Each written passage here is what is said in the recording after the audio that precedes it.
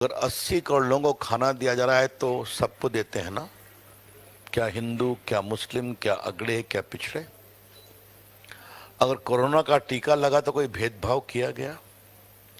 अगर ग्रामीण सड़कें बनती हैं तो सबके लिए बनती हैं ना। कहाँ लालू जी के राज में यहाँ हमको वोट नहीं मिला था, यहाँ बाद में करेंगे।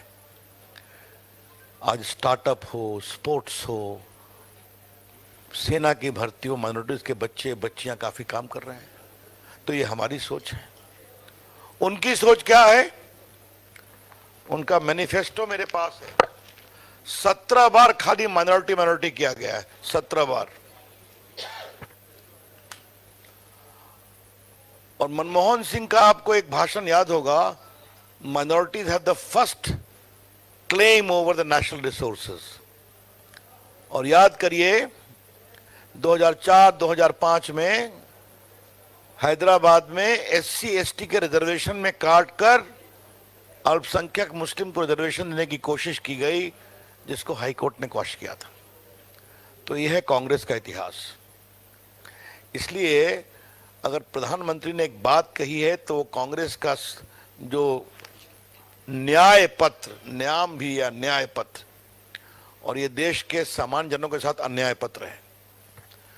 तो एक बात तो ये हमें कहना है कि ये उनकी अपने डॉक्यूमेंट में सिर्फ प्रो माइनॉरिटी स्टैंस, जुडिशरी हो, बाकी जगह हो, तो ये उनकी सोच है।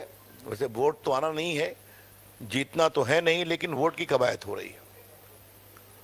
दूसरी बात, राहुल गांधी का एक स्टेटमेंट है ना महाराष्ट्र में न्याय यात्रा में, कि देश में हम सबके इनकम की जांच का सर्वे कराएंगे और बाद में उसको डिस्ट्रीब्यूट करेंगे। ये उनका स्टेटमेंट ऑन रिकॉर्ड है।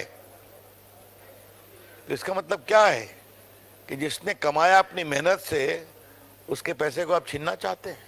यही तो बात कही गई है। तो कांग्रेस पार्टी हाय तौबा क्यों मचाई है? इसलिए प्रधानमंत्री ने जो सच्चाई है वो देश के सामने रखा है, जो उनके मैनिफेस्टो से साबित होती है। एक बात माननीय प्रदेश अध्यक्ष जी, उप मुख्यमंत्री जी ने बहुत विस्तार से बताया है, उसमें मुझे कुछ नहीं ऐड करना है, लेकिन एक बात सिर्फ आपके विचार के लिए, इस ठग गठबंधन के लिए कहनी है।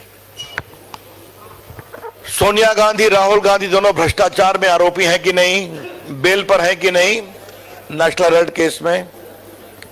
लालू जी को चारा घोटाले में सजा हुई है कि नहीं 3-4 केस में। जमीन दो, नौकरी लो, इसमें लालू जी, राबड़ी जी और तेजस्वी जी को खिलाफ कार्रवाई हो रही है कि नहीं हो रही है। दिल्ली के मुख्यमंत्री भ्रष्टाचार में जेल में है कि नहीं, बार बार कोर्ट उनके पिटीशन को रिजेक्ट करता है। और हमारे झारखंड के मुख्यमंत्री भी भ्रष्टाचार के मामले में जेल में हैं।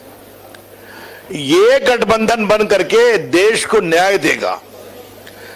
ये सिर्फ ठग बंधन नहीं है, ये लूट बंधन है। इतना ही हम कहना चाहेंगे। इसलिए सब बड़े बड़े नेताओं की मैंने बात कही, छोटों की बात नहीं किया।